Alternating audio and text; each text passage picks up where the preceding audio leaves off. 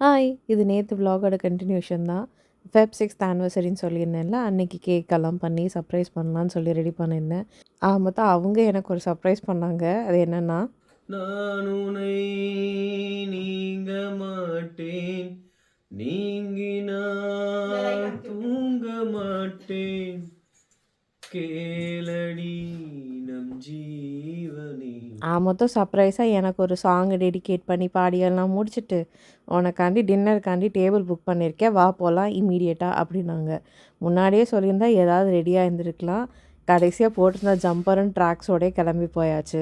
நாங்க 2 இயர்ஸ்க்கு முன்னாடி இந்த ரெஸ்டாரண்ட் வந்திருந்தோம். அதுக்கப்புறம் இப்போ தான் வந்து திருப்பி வந்தோம். அதே மாரியே இருந்தது டேஸ்ட்டு.